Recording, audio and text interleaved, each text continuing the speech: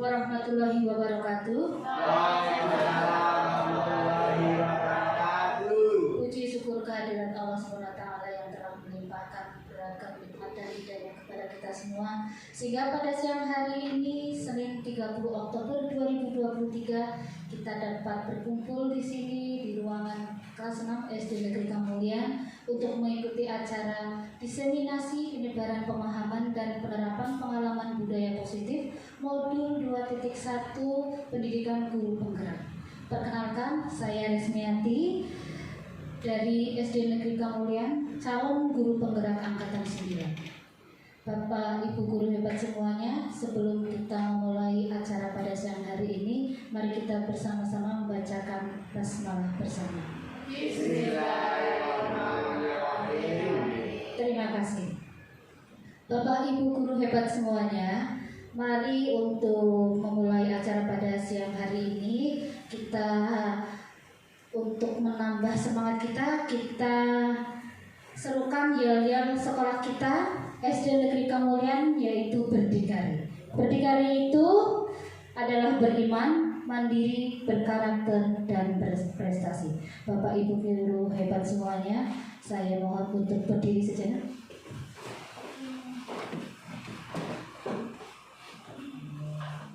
SD Negeri Kamulyan berdikari, beriman, mandiri, berkarakter, berprestasi. Yes. Tepuk tangan untuk kita semua. Hari ini silakan untuk duduk kembali. Terima kasih Bapak Ibu guru hebat. Kita memang harus bersemangat, terutama dalam mendidik anak-anak kita di sekolah. Saya memilih untuk menyebarkan pemahaman dan penerapan pengalaman ini, yaitu budaya positif sesuai dengan tugas kami di modul 2.1, yaitu menyebarkan budaya positif. Bapak Ibu semuanya, sebelum kita mulai untuk berdiskusi apa itu budaya positif, kita sebagai pendidik tentunya ingin memiliki peserta didik yang memiliki karakter yang baik sesuai dengan jargon kita di SD Negeri Kamulyan, yaitu kita inginkan peserta didik kita beriman, memiliki karakter yang mandiri, juga berkarakter, dan yang pastinya kita ingin peserta didik kita berprestasi. Untuk mewujudkan impian-impian kita ini, tentunya kita harus memiliki suatu keyakinan di dalam diri kita masing-masing. Juga kita sebagai pendidik kita juga harus memiliki budaya positif itu sendiri. Bapak Ibu semuanya, izinkan saya bertanya, untuk budaya positif yang sudah kita tanamkan atau kita biasakan pada peserta didik kita, contohnya apa saja? Budaya positif mulai dari pagi hingga sebelum dan setelah pembelajaran. Betul sekali, berdoa sebelum dan setelah pembelajaran. Itu kita masuk ke dalam dimensi beriman, ya. Di beriman kita harus membiasakan kepada peserta didik kita mengingatkan bahwa kita harus selalu berdoa atau mengucap syukur dan minta perlindungan kepada Tuhan kita agar ilmu yang kita akan dapatkan itu bisa berguna bagi anak didik kita. Selanjutnya, apalagi Bapak dan Ibu guru semua? Budaya positif apa yang kita selalu inginkan tercipta di sekolah kita? Salam, senyum, dan sapa. Salam, senyum, dan sapa. Terima kasih sekali Bu Ida, betul sekali. Kita harus membiasakan 3S, salam, senyum, dan sapa. Jadi anak-anak itu sudah dari awal masuk ke sekolah kita itu sudah biasa mengucapkan salam, sudah biasa memberikan senyuman, dan sudah biasa menyapa, apalagi menyapa teman atau menyapa Pak Guru dan tenaga kependidikan yang lainnya. Betul sekali. Barangkali ada yang lain? Sopan dan santun ditambah lagi ya menjadi 5S ya, tambah sopan dan santun. Betul sekali. Bu Ida telah mengingatkan kita semua bahwa selain salam, senyum, dan sapa, kita juga menginginkan peserta didik kita menjadi pribadi yang sopan dan santun. Ya, Bapak Ibu semuanya, bagaimana tentang kebersihan yang ada di lingkungan kita? Siapakah yang bertanggung jawab dengan kebersihan lingkungan yang ada di lingkungan kita? Betul sekali, semua warga sekolah. Semua warga sekolah itu bertanggung jawab atas kebersihan yang ada di lingkungan sekolah kita. Bukan tanggung jawab dari penjaga sekolah atau tenaga kebersihan semata, tetapi itu adalah kewajiban kita semua. Jika perilaku menjaga kebersihan lingkungan itu sudah tertanam di hati masing-masing warga sekolah, maka akan terciptalah lingkungan yang bersih, aman dan sehat tanpa adanya peraturan-peraturan yang ditulis. Dulu sebelum ada kurikulum merdeka ini, kita semua selalu lekat dengan segala tata tertib dan peraturan. Tetapi dengan adanya kurikulum merdeka, kita akan dibiasakan untuk memiliki sebuah keyakinan yang datang dari diri kita sendiri yang terutama sebagai pendidik, yang akan kita imbaskan kepada peserta didik kita nanti melalui pembiasaan-pembiasaan baik yang datangnya benar-benar dari diri anak itu sendiri.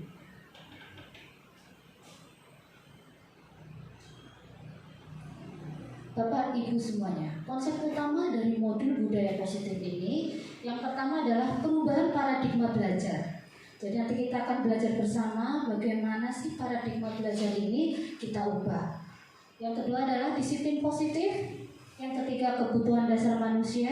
Berikutnya motivasi perilaku manusia, posisi kontrol restitusi, keyakinan kelas, dan segitiga restitusi. Pembelajaran dengan paradigma baru.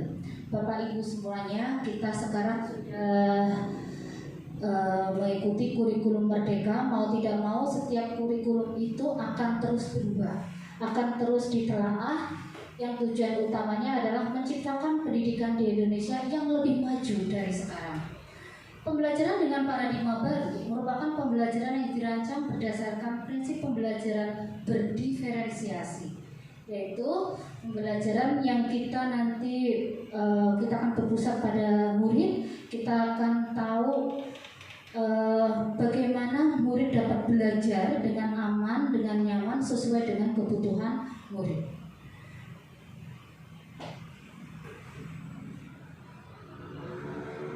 Yang berikutnya adalah disiplin positif. Betul yang sudah kita ungkapkan di awal tadi, bahwa pendisiplinan itu harus dimulai dari diri sendiri. Nah, disiplin sendiri berasal dari kata disiplina, yang artinya belajar. Disiplin mengacu pada disiplin diri yang memiliki tanggung jawab terhadap apa yang dilakukannya berdasarkan nilai-nilai yang diyakini. Disiplin positif merupakan salah satu cara penerapan disiplin yang bertujuan untuk menumbuhkan kesadaran kita dan memberdayakan peserta didik tanpa imbalan, ancaman, dan hukuman. Sebagai pendidik, tujuan kita adalah menciptakan peserta didik yang memiliki disiplin diri sehingga mereka berperilaku mengacu kepada nilai-nilai kebajikan universal dan memiliki motivasi intrinsik dalam perubahan perilaku ke arah yang lebih baik. Bapak Ibu hebat semuanya. Ketika kita masih sekolah dulu dengan kurikulum yang lama, kita cenderung melakukan suatu kebaikan itu hanya untuk menerima imbalan. Imbalan itu bisa berupa pujian atau hadiah dari guru kita. Pernah nggak kita merasa seperti itu? Kalau di zaman sekarang itu seperti cari muka gitu ya, dengan dipikir biar dipanggil, oh kan bocah sing rajin, itu anak yang rajin, itu anak yang selalu datang pagi misalnya. Padahal semata-mata anak itu hanya ingin mendapatkan pujian dari gurunya. Ketika dipuji dari gurunya, dia akan semakin semangat untuk melakukan kebiasaan baik tersebut. Padahal Bapak Ibu semuanya, itu bukan merupakan disiplin positif. Disiplin yang hanya mengharapkan sebuah imbalan, baik itu berupa materi maupun berupa pujian, itu bukan berasal dari intrinsiknya siswa sendiri, tetapi berasal dari luar.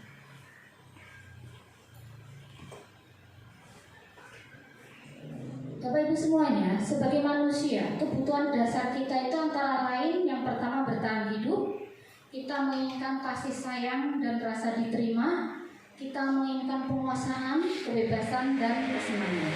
Itu adalah prinsip dasar kebutuhan manusia. Nah, kebutuhan-kebutuhan dasar itulah yang akan memotivasi perilaku manusia, yaitu ada yang berasal dari luar dan ada yang berasal dari dalam.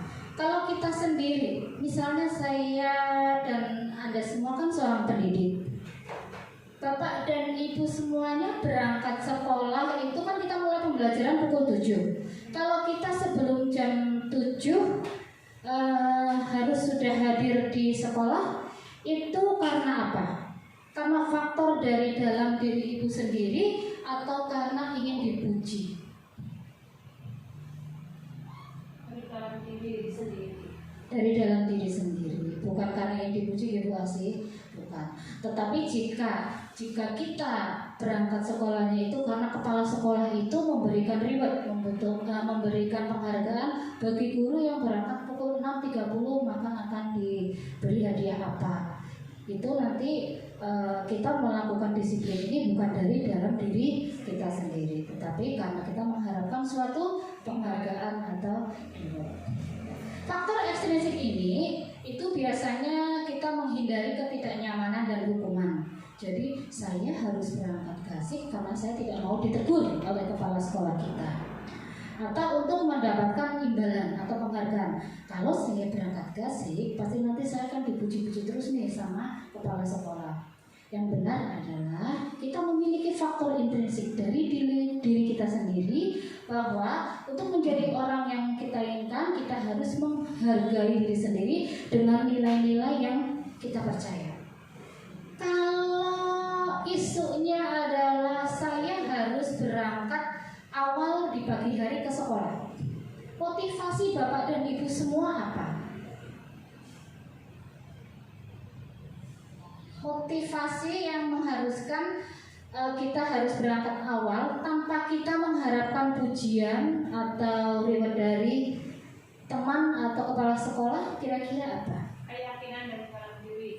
Keyakinan dari dalam diri, betul sekali Bu Sri. Kita punya keyakinan, saya adalah seorang pendidik, saya harus berangkat lebih awal sebelum anak-anak berangkat. Karena apa? Jika kita berangkat dan belum ada guru di sekolah, anak sudah datang ke sekolah, terus terjadi sesuatu dengan anak didik kita, siapa yang bertanggung jawab? Kira-kira seperti itu. Ya tidak, Bapak Ibu guru? Ya. Nah makanya di suatu sekolah itu, misalnya, ya tapi kan saya rumahnya jauh Bu, tapi kan ya, ayo kita bersama-sama, kita gali, kita duduk bersama nanti, siapa yang biasa berangkat siang, dan kita gali. Kenapa alasannya, kenapa bisa berangkat siang? Kalau memang alasannya itu benar-benar memang mengharuskan dia berangkat siang, ya mungkin karena sudah ada Bapak Ibu guru lain yang ada di sekolah. Jadi tidak semua guru berangkat siang ya. Kalau SDK Mulia tidak ya Bapak Ibu semuanya, kita berangkat kasih-kasih karena Bapak Ibu gurunya sudah sadar bahwa kita bersama-sama untuk menjaga ketertiban dan keamanan di sekolah kita. Tepuk tangan untuk kita semua Bapak Ibu.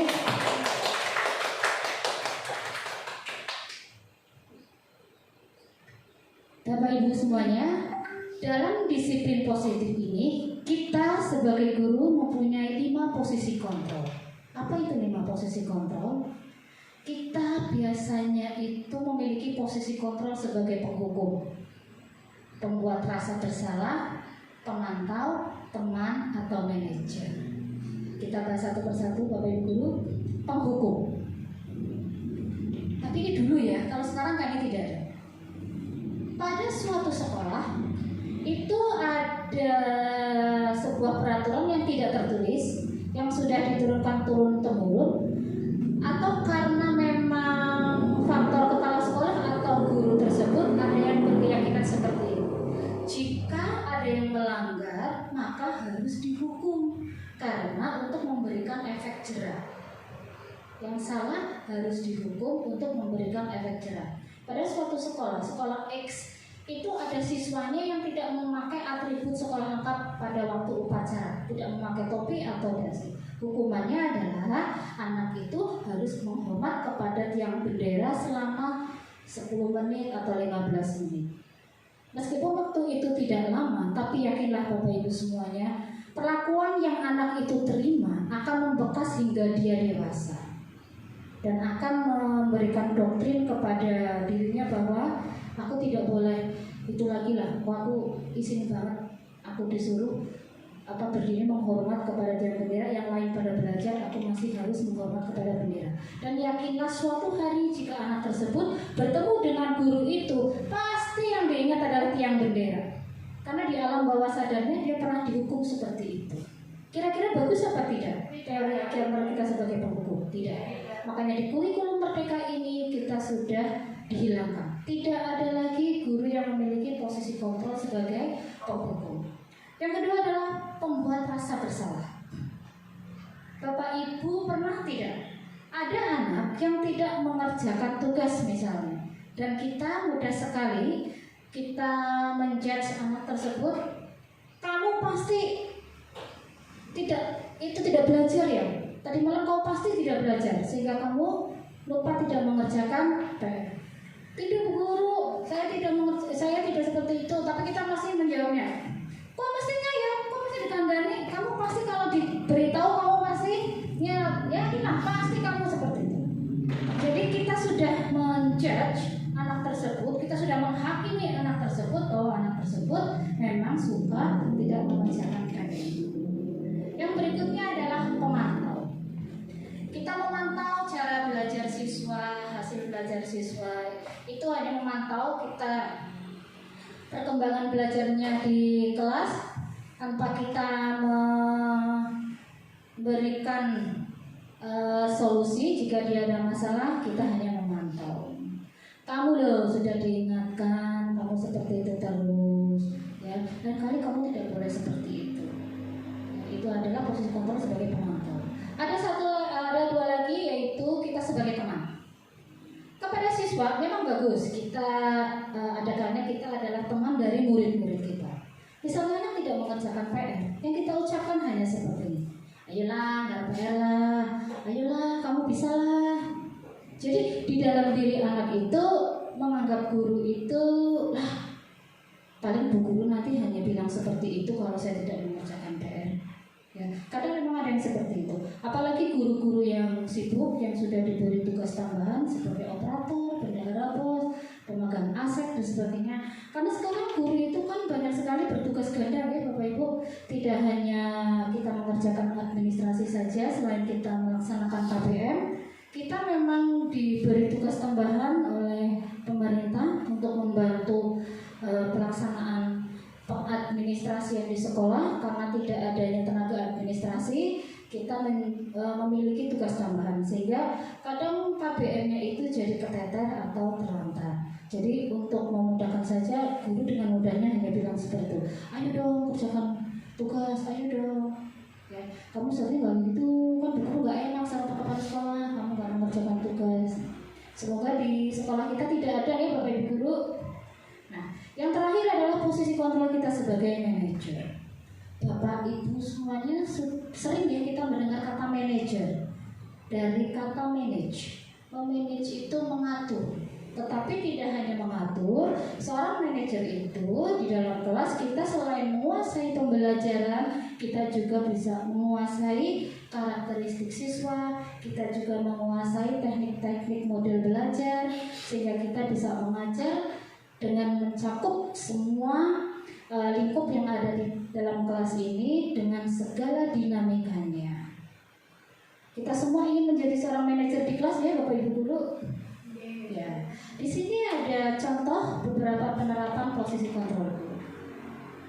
Nah, yang seperti tadi saya sudah sampaikan bahwa kita kadang ada yang menerapkan posisi kita sebagai penghukum, pembuat rasa bersalah.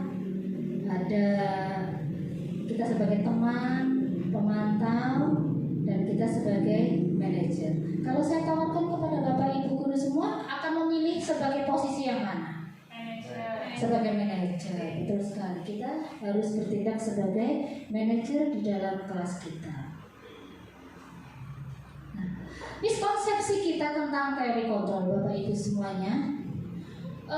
Saya sendiri pernah melakukannya atau sering ketika awal saya menjadi seorang guru, yaitu saya pulang sekolah kepala saya pusing sekali, suara saya hilang. Karena apa? Saya memposisikan diri saya itu bukan sebagai manajer, tetapi saya adalah pemberi bersalah, membuat rasa bersalah. Saya sebagai penghukum sehingga saya teriak-teriak di dalam kelas. Setelah saya mengikuti pendidikan guru penggerak ini, saya mulai belajar bahwa hal yang telah saya lakukan itu salah. Bahwa kita tidak perlu berteriak-teriak, kita tidak perlu memarahi murid, kita tidak perlu selalu memberikan atribut kepada siswa kita bahwa si A itu loh susah sekali diberitahu, si A itu loh selalu berpindah-pindah tempat. Karena apa? Kita belum tahu gaya belajar siswa itu seperti apa, minat belajarnya seperti apa. Nanti setelah kita tahu, kita akan nyaman sekali dalam memberikan pembelajaran di kelas kita. Miskonsepsi kita atau salah pemahaman kita tentang teori kontrol adalah sebagai berikut. Bahwa ilusi guru itu mengontrol murid. Saya harus bisa mengontrol murid. Ya, artinya bahwa tidak semua itu kita bisa mengontrol murid kita. Bapak Ibu sudah pernah mendengar anak berkebutuhan khusus?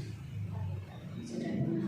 Nah, kalau dia benar-benar berkebutuhan khususnya itu secara fisik, maka disediakan sekolah khusus atau di SLB. Tetapi jika sekolah tersebut menerima, kita semua adalah sekolah inklusif ya Bapak Ibu semuanya.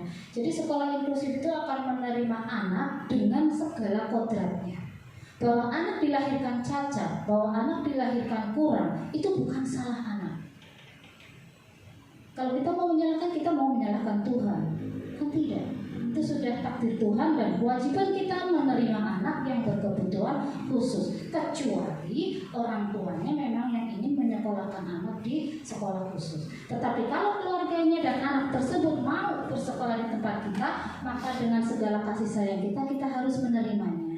Memang berat Bapak Ibu semuanya jika ada satu anak ABK di sekolah kita memang harus bersikap ekstra semuanya. Kita harus bersikap ekstra untuk mengasihi anak tersebut, dan juga akan ditemukan banyak kendala tentunya karena teman-temannya juga harus kita edukasi dulu bahwa jika ada teman kita yang ABK, kita harus memperlakukannya dengan lebih baik daripada anak yang normal.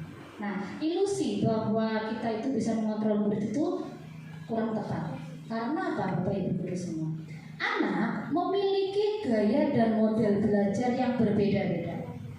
Mungkin Bapak Ibu seperti ini. Ketika di dalam kelas kita sedang mengajar, anak itu antang. Begitu kita ke belakang, kita ke kamar mandi atau kita mau minum sebentar di kantor, apa yang terjadi?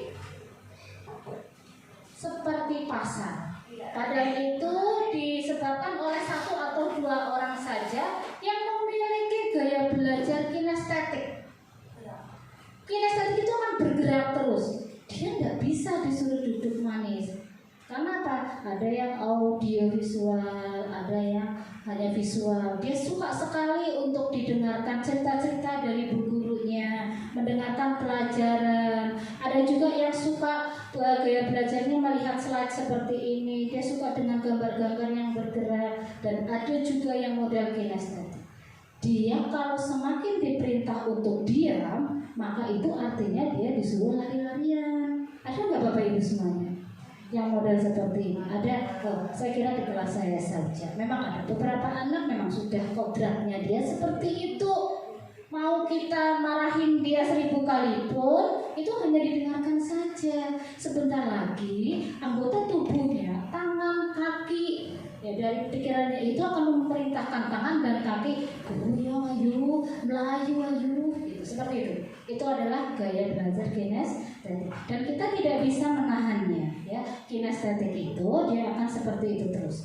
Dia akan selalu gaya belajarnya itu dengan berpindah tempat dari satu tempat. Hari ini dia duduk di sana, jam pagi dia duduk di sana, berikutnya dia sudah di tengah.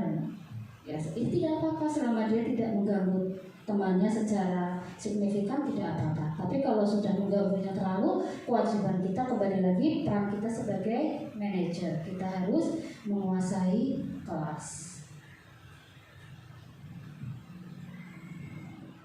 Bapak Ibu semuanya, di dalam budaya positif ini kita merubah peraturan kelas menjadi keyakinan kelas. Ya, kenapa kenapa kita harus memiliki keyakinan kelas di sebuah kelas? Karena dengan keyakinan kelas itu adalah sebuah keyakinan yang kita kembalikan ke anak, aturan yang dibuat oleh anak sendiri dan dijalankan oleh anak. Kita guru berperan sebagai manajer. Jadi jika anak akan melanggar keyakinan itu sendiri, maka kita ingatkan, itu loh yang bikin kamu sendiri. Ya, tapi diusahakan kita menghindari sebuah denda yang berbentuk materi, uang dan sebagainya. Kita tidak boleh untuk memberikan denda yang berupa uang, hanya peraturan atau keyakinan yang dibikin oleh siswa sendiri dan dilaksanakan oleh siswa. Pembentukan keyakinan kelas ini bersifat abstrak, ya, jadi peraturan yang tidak tertulis, yang awalnya tidak tertulis kita rapatkan bersama. Ini berupa pernyataan universal. Artinya pernyataan universal itu adalah pernyataan yang disetujui oleh teman-teman satu kelas ini. Dan sedikit saja, tidak usah banyak-banyak, disesuaikan dengan kondisi kelas atau sekolah kita sehingga bisa diterapkan. Dan semua warga sekolah juga dilibatkan saat membuat keyakinan kelas. Bisa dikonsultasikan dengan rekan sejawat, dengan kepala sekolah, dan juga dengan tenaga pendidik yang lain. Bapak, Ibu, guru hebat semuanya, keyakinan kelas jika disusun berdasarkan rapat kecil di dalam kelas, maka semua warga kelas itu akan benar-benar melaksanakan dengan sungguh-sungguh, karena keyakinan ini berasal dari setiap warga kelas yang menginginkan kelasnya itu bersih, nyaman, sehingga dapat belajar dengan baik. Dan pembentuk keyakinan kelas ini kita hindari kata-kata tidak, jangan, ya, karena kata tidak dan jangan itu adalah kata negatif. Jadi kita hindari kata-kata tidak dan jangan. Misalnya, untuk contoh saja, saya ingin atau kita ingin kelas ini bersih. Kira-kira bentuk pernyataan keyakinan kelasnya seperti apa? Kita hindari kata-kata tidak dan jangan. Kira-kira seperti apa? Buanglah sampah pada tempatnya. Tepat sekali, Bu Lias. Buanglah sampah pada tempatnya. Di situ tidak ada kata negatif. Jangan membuang sampah di kelas. Tidak boleh membuang sampah di kelas. Kalau kita menginginkan anak kita tertib di dalam pembelajaran, bagaimana kalimat positifnya, Bapak Ibu semuanya?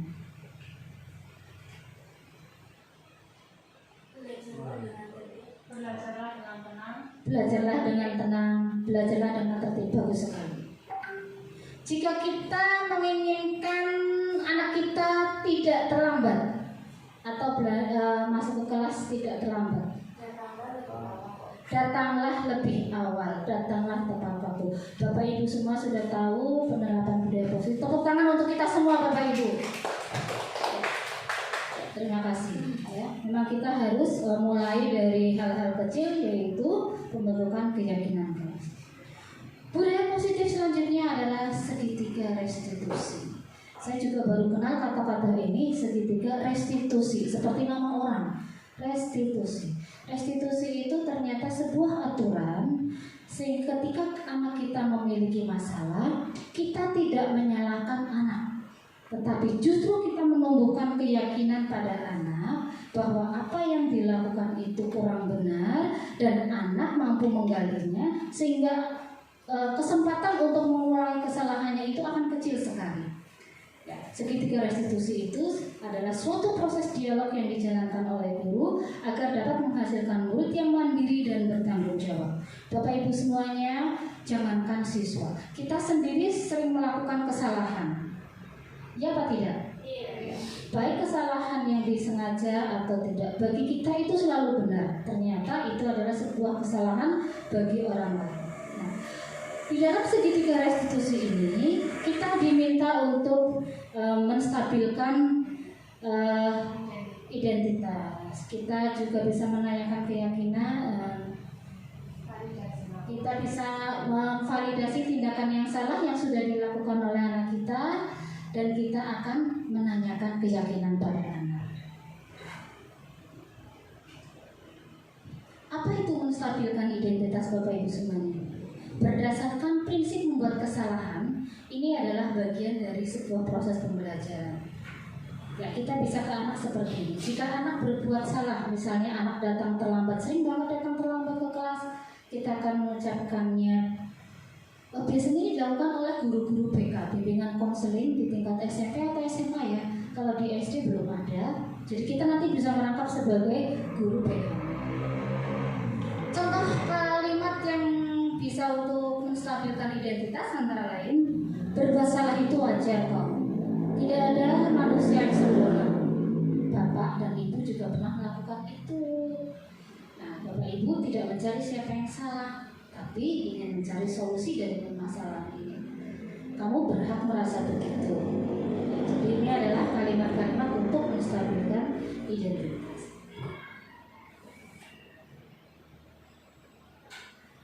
Nah, beberapa contoh untuk validasi tindakan yang salah. Kita bisa memberikan penguatan kepada anak seperti ini. Kamu pasti punya alasan mengapa kamu melakukan hal itu. Padahal kamu bisa melakukan yang lebih buruk dari ini ya. Kamu patut bangga karena telah melindungi sesuatu yang penting bagimu. Kamu melakukannya karena kamu pertahankan sesuatu yang baik bagimu. Jadi kita beri penguatan kepada anak. Jadi anak itu sudah bersalah, tapi tidak tambah merasa bersalah. Begitu, itu dalam menstabilkan identitas. Nah, yang terakhir adalah kita menanyakan keyakinan ke anak. Kita tahu anak yang bersalah harus kita ingatkan, itu sudah kewajiban kita. Tapi kita tidak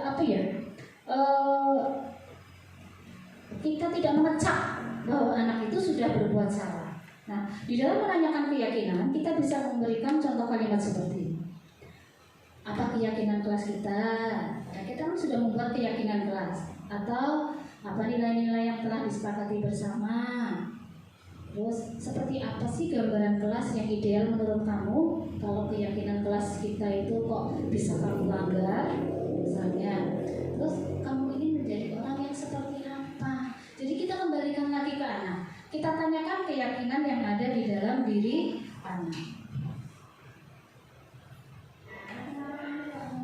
Ini adalah contoh penerapan segitiga restitusi yang telah saya buat.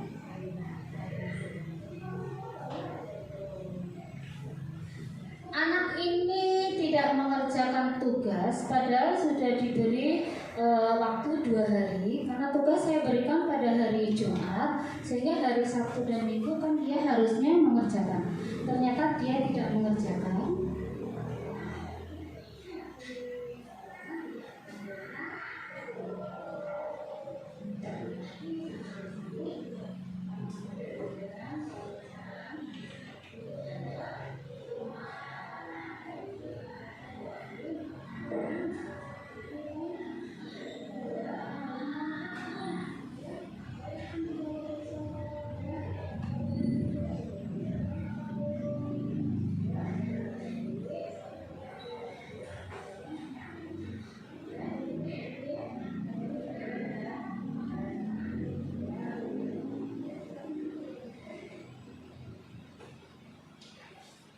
Jadi di dalam penerapan segitiga restitusi ini kita membuat anak yang sudah merasa bersalah itu tidak memiliki rasa saya sudah membuat kesalahan, saya takut dan bagaimana tidak. Tapi kita memberikan keyakinan pada mereka bahwa ya nggak apa-apa kamu berbuat salah kali ini, tapi tidak diulangi di masa yang akan datang, tetapi dari keyakinan dirinya sendiri akan berasal dari faktor intrinsik yang ada pada diri anak tersebut, sehingga diharapkan dia tidak akan mengulanginya lagi di masa yang akan datang.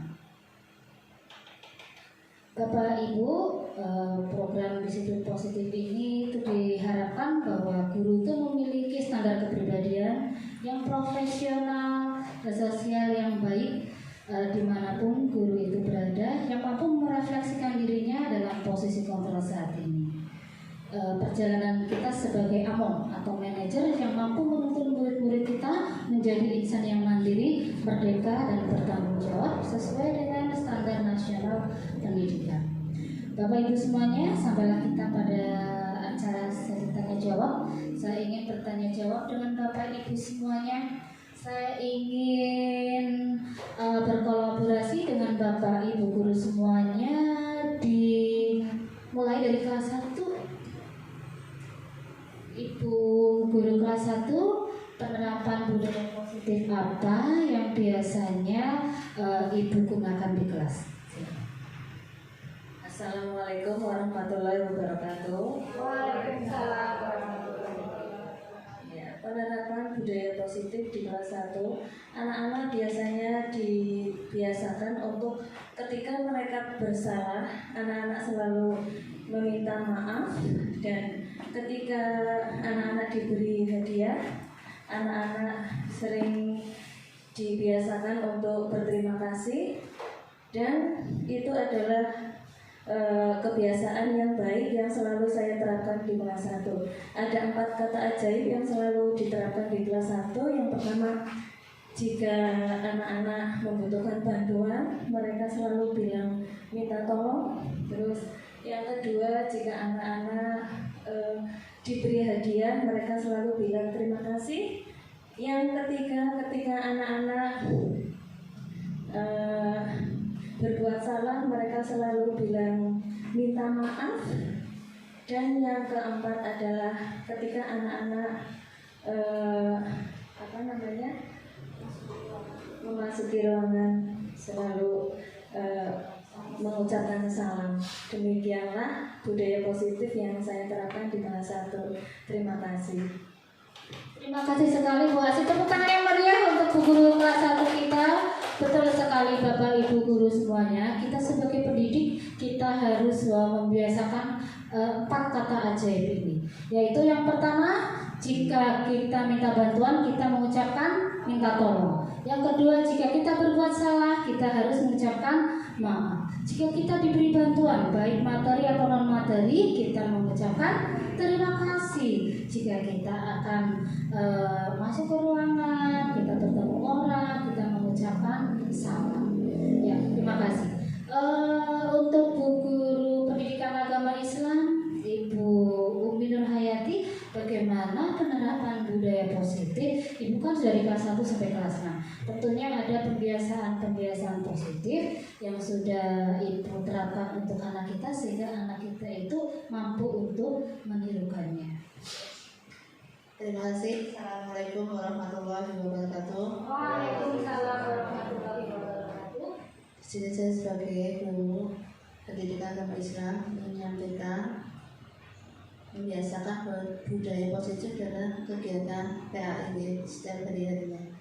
Untuk kegiatan positifnya, setiap harinya anak disarankan supaya bila bertemu Pak Guru atau guru lantai kedua mengucapkan salam dan berjabat tangan.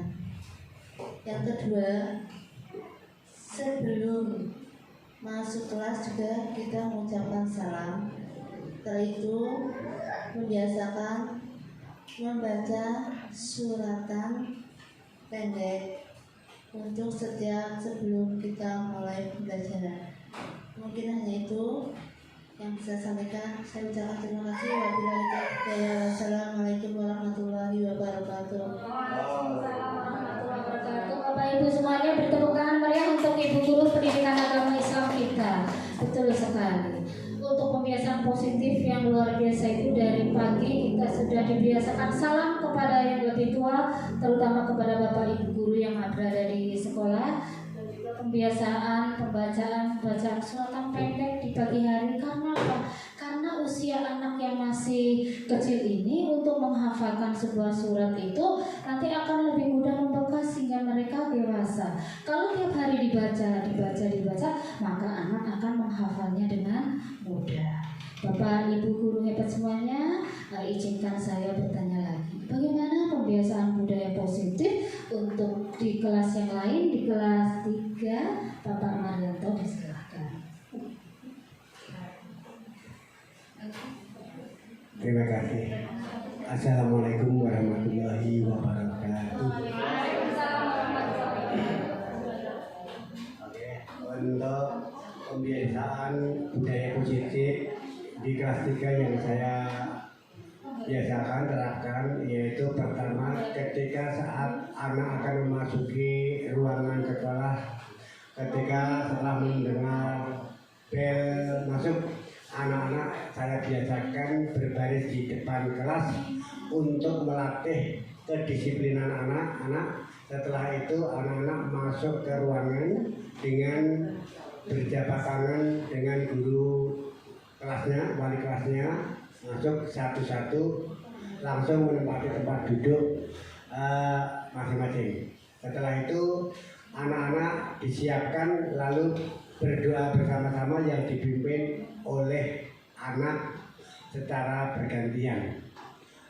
Kemudian ketika saat anak-anak mengikuti pelajaran, yaitu untuk menerapkan budaya positif, ketika saat ada anak yang tidak mendengarkan, ketika saat bapak guru mendengarkan, sehingga untuk menumbuhkan rasa positif, anak saya tunjuk suruh maju ke depan untuk mengerjakan soal di papan tulis, sehingga semuanya anak akan mengikuti pelajaran dengan tertib dan nyaman.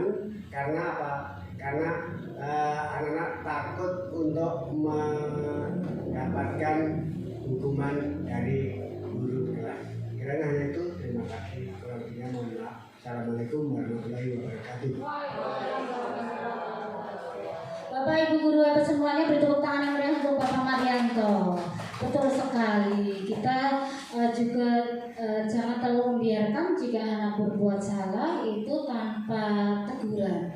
Memang, nah, budaya positif ini adalah yang diterapkan oleh Pak Marianto di kelasnya. Jika ada yang tidak mengerjakan tugas untuk memberikan efek jerah ke anak tersebut, maka meminta anak tersebut untuk mengerjakannya di depan di papan tulis.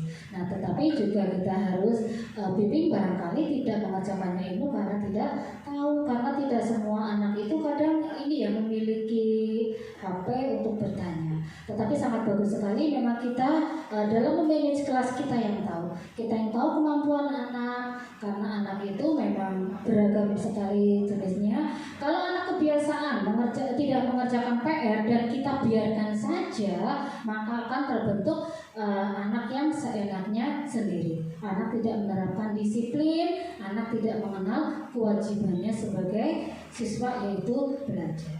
Terima kasih sekali. Berikutnya izinkan saya bertanya, bagaimana penerapan budaya positif pembiasaan yang sudah dilakukan di kelas 5 yang diambil oleh Ibu Rias Anjan? Kami silakan. Bismillahirrahmanirrahim. Sebelumnya assalamualaikum warahmatullahi wabarakatuh. Waalaikumsalam. Ya, saya mengucapkan terima kasih kepada Ibu Rusmiati yang telah membuka sesi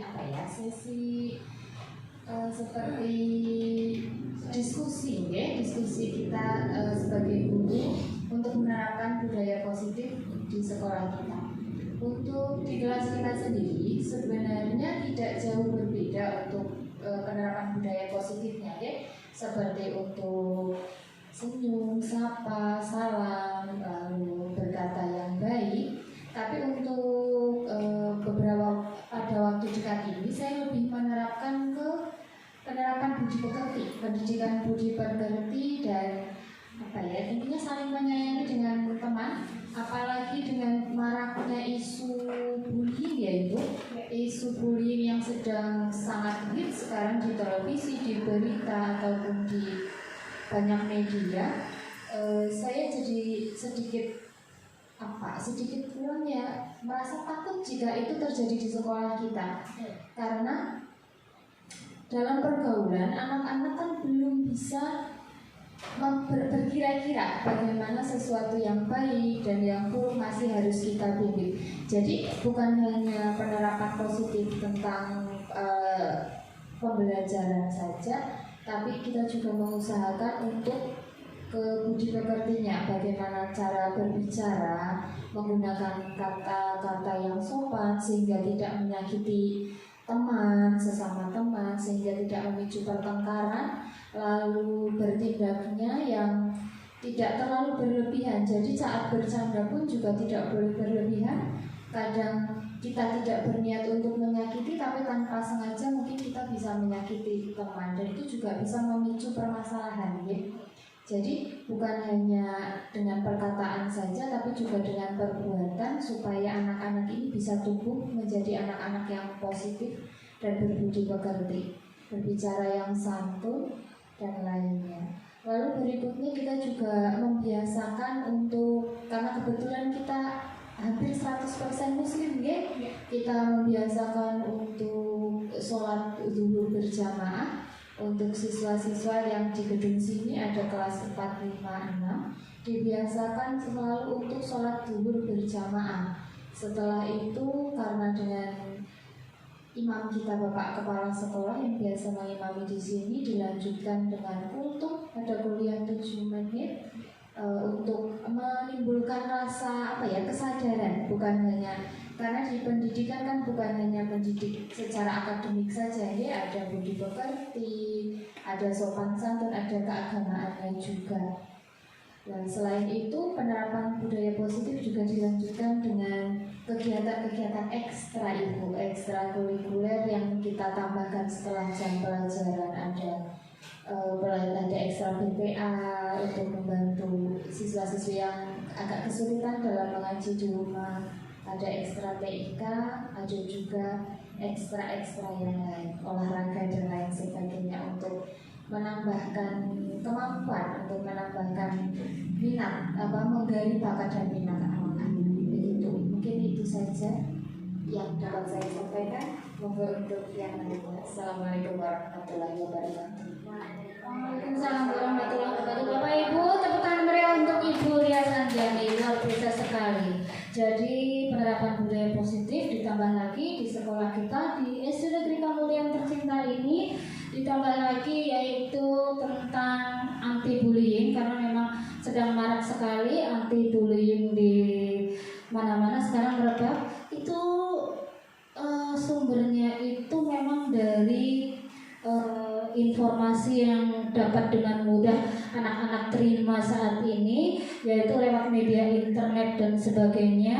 Anak jadi mengerti isu-isu bullying yang ada di sekitar mereka, itu mudah sekali mereka terapkan di dalam kelas, mulai dari ejek-ejekan sesama teman, bahkan yang lagi ekstrim lagi sekarang adalah mengejek nama orang tua, dijadikan plesetan dan sebagainya, yang akhirnya memicu kemarahan anak dan terjadilah perkelahian.